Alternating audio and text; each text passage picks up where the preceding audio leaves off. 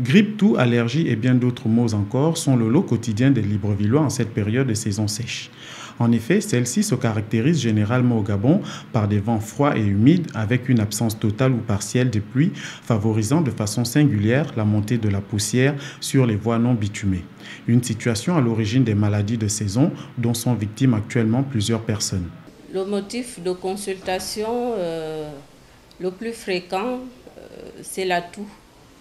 La toux qui amène les malades en consultation, suivie de la fièvre. Et il faut savoir que la toux n'est pas une maladie en tant que telle, hein, et qu'elle peut avoir des causes multiples.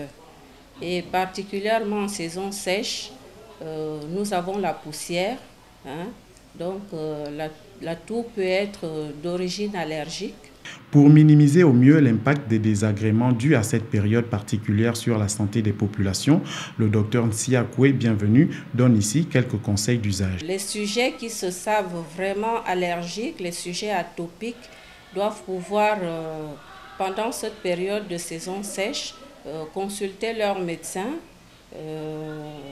Et il existe des médicaments, hein,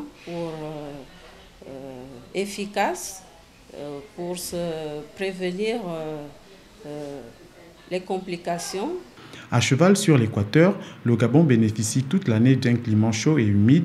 La température moyenne est de 28 degrés Celsius. Ce pays d'Afrique centrale connaît deux grandes saisons.